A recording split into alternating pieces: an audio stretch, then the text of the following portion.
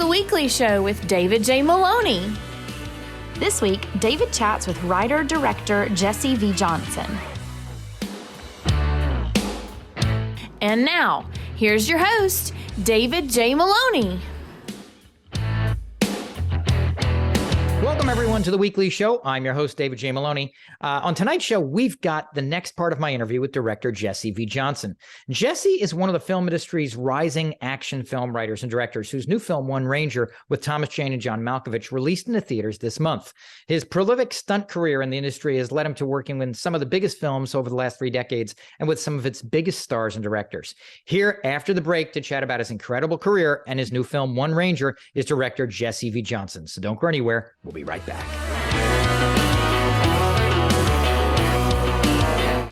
But before I get ahead of myself, you spent years working in we were talking about this earlier, years working kind of in stunts for some of the biggest and best in the industry, starting with Total Recall with Arnold Schwarzenegger. How did that job come about?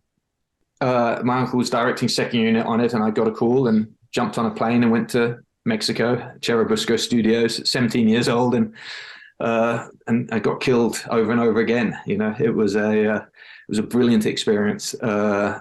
I did another film with Paul Verhoeven. The second one was Starship Troopers, where I doubled Jake Busey, and on that one I actually got to watch him because I ended up being on that film for about 14 months because I was on the development of the tanker bug at the beginning, where they used me as a sort of dummy for getting eaten and riding the tanker bug through the shoot and then through to pickups and all the space stuff. I was one of the, I was actually not one, I was about 13 or 14 of the various different astronauts that got blown out into space. So it was really, great to watch Verhoeven. I'm still an enormous fan of his. I think he's one of the greatest living directors. And, but unfortunately, his work will be recognized by generations to come, less than it is right now, which is what you see when you see a true artist working. A lot of studied painters and so many and composers, so many of them were not recognized until long after they died. And it was comprehension of the actual, effect that they'd had on the art was not fully realized. So you mentioned Starship Troopers. You actually went on to work on a lot of truly cult classic films like Mars Attacks. You said Starship Troopers, Galaxy Quest, The Thin Red Line. I mean, there's literally probably hundreds of steps we could talk about. Which of your stunt jobs left the most impact on you? I filled in for my friend Garrett Warren on P.T. Anderson's The Master and to watch P.T. Anderson up close was an enormous gift. It reminded me what it was that I loved about films and filmmaking and what I really truly wanted to do. It was someone who was fiercely dedicated to doing the film his way, and story, character, performance first. Everything else just didn't matter. And I thought that's so audacious, but so difficult to do. But having said that, Spielberg and Branagh as well were just incredible to watch. Spielberg, like Ford, is a 1 or 2 take guy. I saw him do 2 takes with Tom Cruise, but I never saw him do 2 takes, for almost anything else.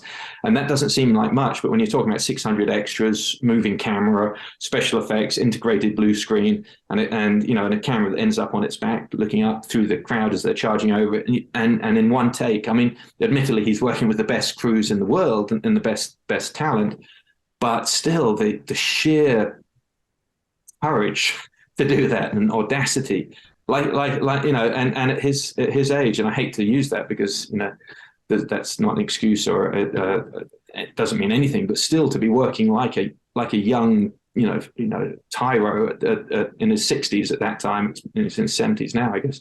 It's for me, it's just amazing. It's, to understand it, you have to kind of have done it a few times. You have to have directed a few times to have the comprehension of how terrifying it is when you're sitting there wondering, should I do another take? Do I have what I need in the can? I'm going to be sitting watching this film in front of all and to look at it and go, yep, moving on, good. On the first, over and over again, it's just incredible. It's an incredible thing. It's an incredible pleasure watching him. But like watching a John Ford film, you're in tears at the end of it, not only because it's a wonderful film, but because you know the height that this guy has taken the cinema to, you're never going to get to. And so it can also be frustrating working alongside a Spielberg in the same way that watching John Ford is frustrating. It's like I watched Young Mr. Lincoln the other day, and it's a film about young Abraham Lincoln as a lawyer. And by the third act, you're choking up, and it's utterly moving.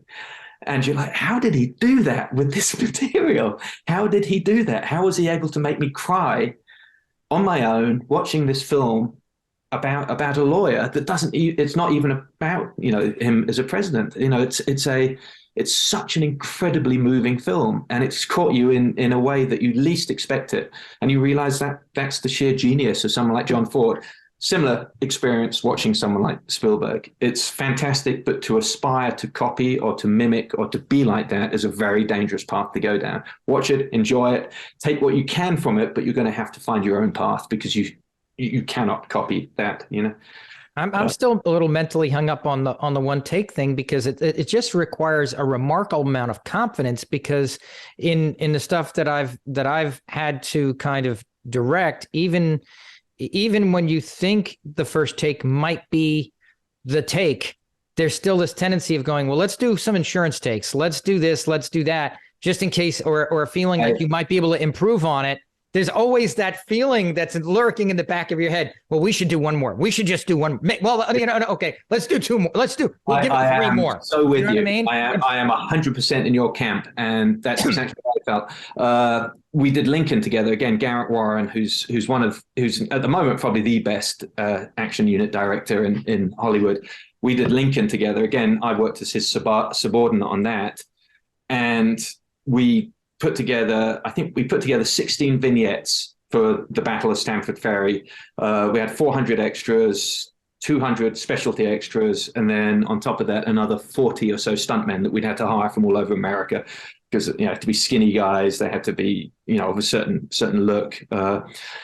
Now, we showed those vignettes. He chose 8 of those vignettes, and those were the 8 vignettes that we shot that day in the field, which became the Battle of Stamford Ferry in the movie, it's just a blip in the film, but there was as you can imagine, a tremendous amount of work that went into that, from horses in the background, teaching guys for 2 weeks to be able to fight with a bayonet and a sword. And it came to the point where we were looking at each other going, do you think he's actually looking at any of these, or is it just the assistant director? And we came up with a multitude of sort of conspiracy theories of basically Spielberg's now just sitting in a chair. He's not really doing anything. It's the whole team that do everything for him, because your mind works like that a little bit. And you get to set and you realize now he's watched every single one. He knows exactly what's going on in each of the vignettes. He expects that to happen as we've shown it to him on the day. And that's what's going to, one of them didn't go quite right. He said, oh, that's your take, on to the next one. And we're like, no, we can get it right in the next one. And I saw Garrett, it's like, don't say anything, just move on to that, because he's not going to do a second take of something that might not work a second time. We didn't work the first time. We've had 2 weeks to get it right. And I realize now, looking back on it, that's genius. That's the way that works. But yeah, no, he knew everything that was supposed to be there. He'd seen the 8 vignettes in detail. He'd watched us working for the last 2 weeks, and he was very aware of what was going on, and expected it to happen as it was going to happen. And you get one take, everyone's on their toes. They know they've only got the one. No one person in that group of 40 stunt guys wanted to be the one to mess it up. So everyone's at their top, and you get it done, and it's in the can after one take, and you're on. And now, before I want to get into your work as a director and writer, but before I do that, I did want to ask you one more stunt question. What would you say is the hardest stunt you've ever had to perform or coordinate? It's car stuff, because you have things are going fast. If anything goes wrong, people get hurt very, very quickly. Stunt guy is often the least vulnerable of all, because he's sitting inside the vehicle. You have cameramen, you have PAs, you have assistants, you have actors, extras that are standing around. Everything has to be, especially if you have multiple vehicles. We had a truck driving through the Utah desert outside of Salt Lake City. The truck is coming towards us, and we have a open top Cadillac, pink Cadillac, with 4 actors in it, 2 in the front, 2 in the back. And the car has to do a 360-degree skid, and then pass the truck. And you're doing this and realizing, you've got 4 actors that could be beheaded if, 4 stunt people, doubling those actors that can be beheaded if if the car tips over. So they have grab holders, between their legs, which, and obviously 5-point harnesses on, that they can duck into the seat. Actually 2-point harness, because you need to be able to duck forwards. It's just so many things that can go wrong, and you're constantly watching the safety elements, but then you're also wanting to give the director exactly what he needs and requires for that stunt. So for me, the vehicle stuff, motorcycles, cars, where you have a lot going on outside of it, as I say, things can happen very, very quickly, then go bad very, very quickly. I'm not an enormous fan of fire. I don't like high falls. They make me nervous. I think in this day and age, you can use a descender on a person, which is a controlled rate of descent on a wire, and we just paint the wire out later. So I'm always very skeptical when I work with someone, a director or a producer, that particularly wants to do a high fall in the old school way. So many people hurt themselves doing that and died. You're missing the bag, hitting the bag wrongly, hitting something on the way down, jumping off the wrong way. I think it's a needlessly dangerous stunt that I'm quite happy if it goes away. It should be done with a fan descender now, and that way you can stop someone right before they hit the ground, and it looks fantastic. They can have full, exactly the way you want them to be in the air or upside down, head first, without any concern of having to. Because what you would have to do in the traditional high fall is just before you hit the bag, you do what was called a round off, which is turning around. So you hit it with your back and lower, your bottom and lower back, and hit it safely. You would never want to hit a airbag or a box catcher from 80 feet face first. That would be extraordinarily, you'd break your nose and potentially your spine. So you do a whip around, and sometimes, the whip around can take off the last 30 feet of it or more, because you're turning at that point. So it's the stunt is actually only good for a very short period anyway. So it's much better to do a wire.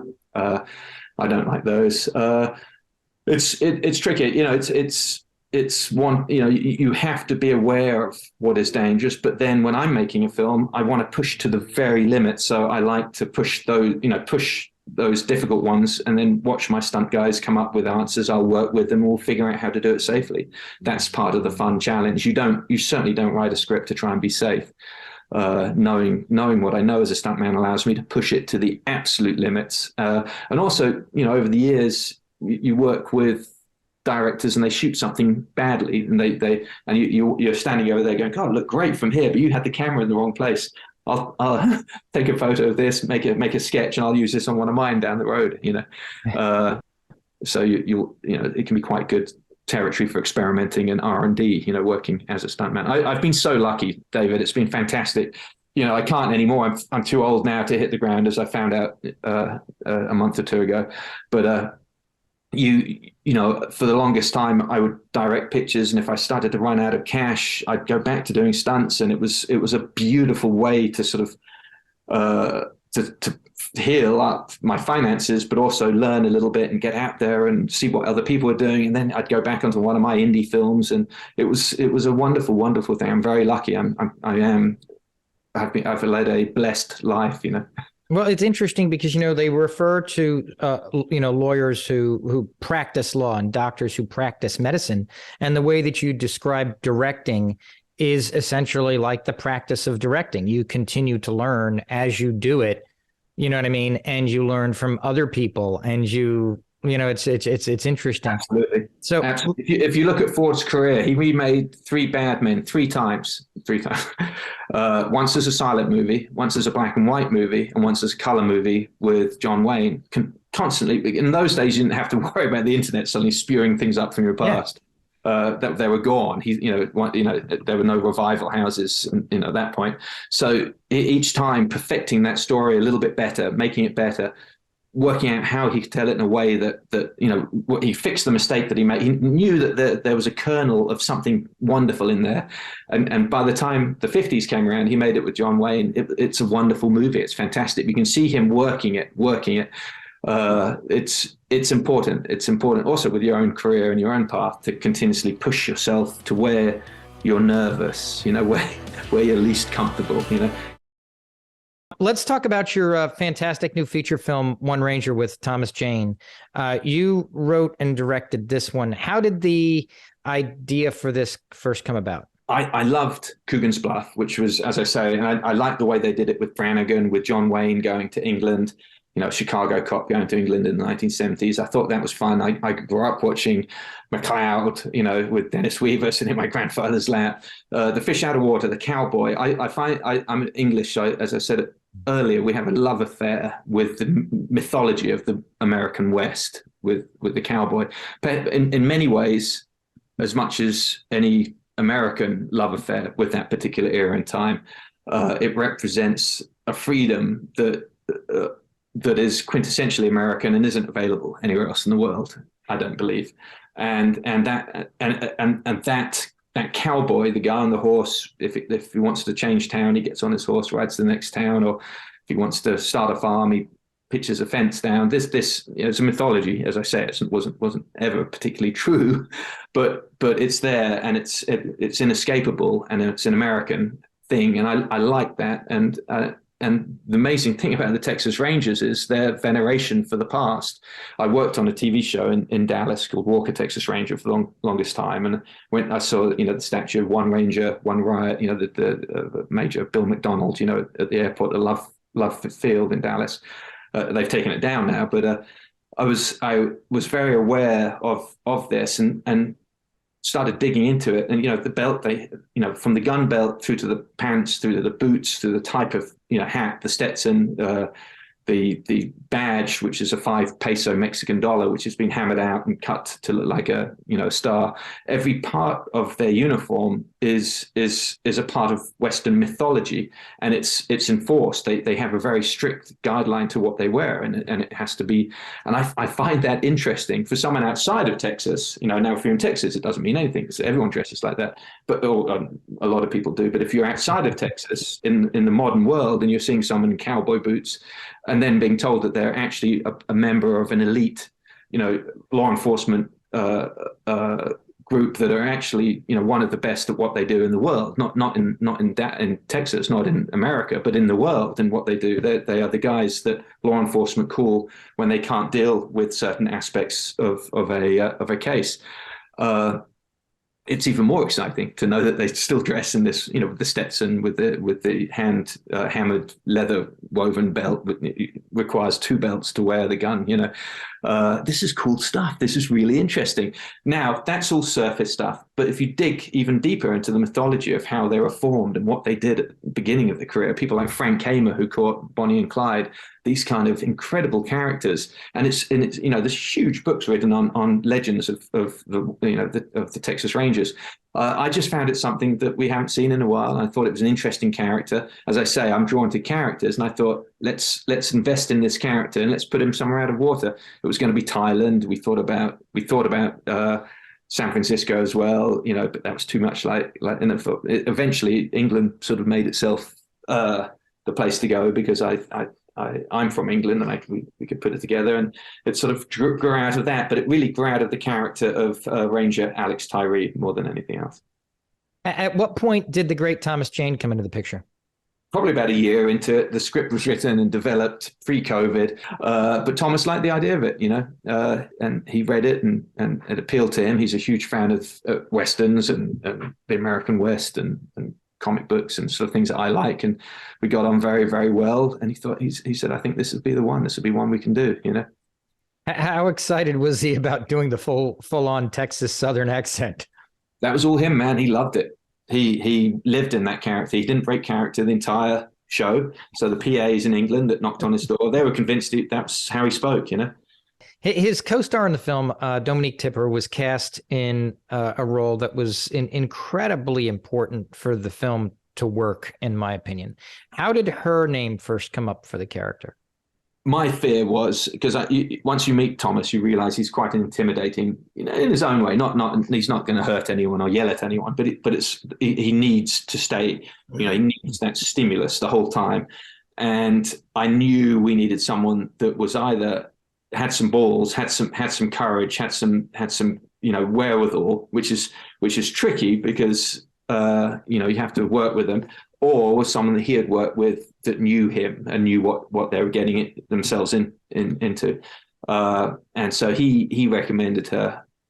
I watched some of her work and thought she was marvelous, wonderful, really, really liked her, met her in person. She's just a very, very hardworking, disciplined actress, the kind that I love working with, and they make you look good as a director. I thought she was great. And the same for John Malkovich, I mean, whom I love so much and who brings his gravitas to the film. I mean, I believe you've worked with him before, and I think there's a funny story there, maybe about some lines you rewrote of his. What's the story there? I love John, and we talk movies and literature and books and things together. I just absolutely love being around him. He's John Malkovich and talks like John Malkovich and uses grammar and syntax of John Malkovich. It's wonderful. It's really, really fun. We put him in a little hotel in the north of England, and it was a little smaller than we'd all expected. They didn't really have big hotels there, so there was families all over the place, and he'd just walk around as John Malkovich, very, very, very aware of who he was through the restaurant, and you'd see people stop eating and look at each other and try and work out if that was who they thought that was. But of course, by then he's already left. So it was a lot of fun. Early on, when I did my first film with him, White Elephant, I had not met him, and we had no kind of relationship whatsoever. And I made the mistake of making some line adjustments the night before filming, not realizing that his particular method of learning is it happens quite a few weeks prior to filming. And as crazy as it sounds, that's actually how it works. And so he had been sent his changed dialogue at 11 o'clock at night. I came home to a very, very interesting and colorful email written in John Malkovich language, with a swear word every 4 words, telling me that was not how he worked, that was not how anyone worked with him. And furthermore, it was not going to work this time out, and he'd probably be on a plane back to France to finish his play if this problem wasn't sorted out. What the actual, and then a lot more interesting, invective, and it's funny because I don't even know what it is, but I could hear it all in his voice. You know what I mean? It's just I'm trying to quote some of it, but it's very difficult because I can only quote 3 or 4 words at a time. Yeah. Before there's a swear word, but it was what the actual, and then we'll get into it from there. Yeah. But I kept it and printed it up, and I have it in a little frame in my office because I feel it's a reminder to check in with the cast the moment they're on board and keep, and because it was one occasion when I hadn't checked in with a cast member. The producers were handling it. I was slammed. I had Bruce Willis that day and Michael Rooker and Olga Kurylenko, and we'd done an action scene. So it was. I had my hands full. I left it to someone else to talk to the actor, which is a cardinal sin. And so at roughly midnight, I was reminded of my cardinal sin, and hence the framed, printed up email on my wall to remind me never to break that particular rule again. But he's wonderful and really, really great to work with, and a trooper all the way through. It was a difficult one for him, this one, and he made it out to the north of England. We were filming in a town called Ipswich, which is one that most people are only visit if they're paid to visit. So it was. I think he enjoyed the color of it all. That's our show for tonight. Thank you so much for watching. A special thanks to director Jesse V. Johnson for joining us. Stay safe, everyone.